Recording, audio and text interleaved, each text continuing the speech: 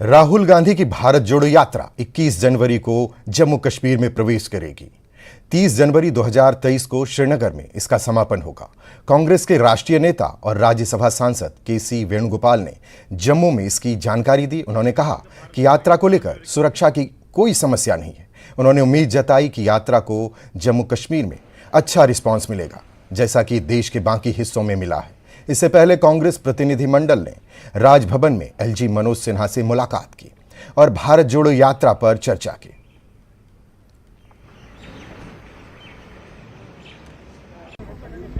We are here from 21st January to 30th January Jammu and Kashmir वाली की, इसके लिए सपोर्ट करने के लिए हम बोल दिया। तो क्या बोला एलजी साहब ने? एलजी साहब पूर्ण full support. He already told, certainly I think we already, this is our plan to have a program here in Jammu and Kashmir. We already briefed Honorable LG.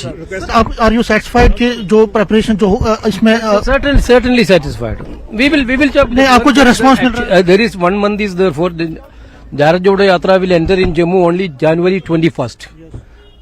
Therefore, actually the 23 days are there for. The preparations are going on. It will have a big show in Jammu and Kashmir. Kashmir में जाएंगे क्योंकि security का भी Will Kashmir be, that is why we came to meet Honorable LG. We already appraised the LG about the Yatra plan. We are proceeding.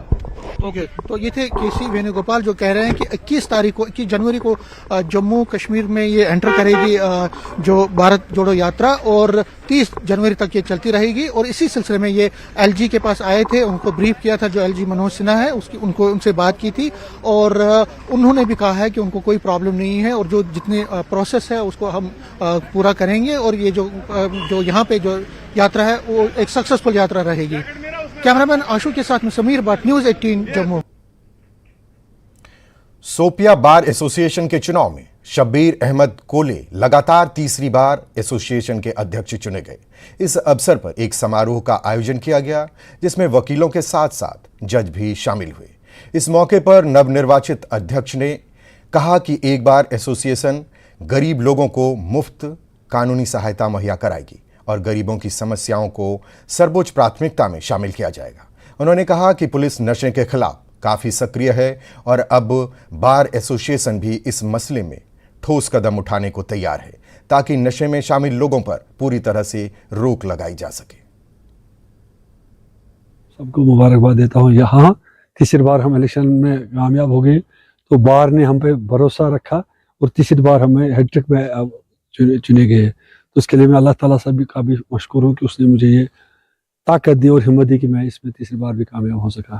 तो आपका जो सवाल है कि ड्रग्स जो मैंने ड्रग्स का ही मैंने शुपियान में नहीं है, उसके अलावा और कुछ भी बहुत सी बातें हैं। ड्रग मैंने इसका आपने कहा है, हाँ इसमें पुलिस का रोल बहुत अच्छा है कि वो सब पकड़ के लाते हैं, लेकिन हाँ मैंने पहले भी एक चैनल में बताया कि हमारा भी एक रोल है। इंशाल्लाह हम कल से इसमें परसों मीटिंग हम करेंगे कि उसमें भी हम अपने जो हमारे जो जय साहबान से उसके साथ भी बात करके हम इस बिद्दत को कला कमा करने के लिए हमारी भी बहुत सा मदद ताउन भी रहेगा और मदद भी हो जाएगी। तो इसके लिए हमारे पास बहुत काम करने के लिए बहुत काम है, क्योंकि शुपियान एक वही डिस्ट्रिक्ट है जो हर वक्त पोलिटिकली अनरिप्रेजेंटेड है। यहाँ कोई पूछताछ नहीं रहा पिछले 50 साल से 60 साल से, ये हमारी बदकिस्मती है। लेकिन हमारे पास अल्लाह ताला ने अब जो पावर दिया है एज अ वार प्रेसिडेंट, तो उसका इस्तेमाल करने के लिए हम पूरी तरह इस्तेमाल करेंगे और पूरा शुपियान का रिप्रेजेंटेशन करके जो भी कोई हमसे जितना भी हमसे मुमकिन हो सके उतना उन मामलात का और मुश्किलात का हम अजाला करने की कोशिश करेंगे। रुकेंगे एक छोटे से ब्रेक के लिए, जल्द हाजिर होते हैं।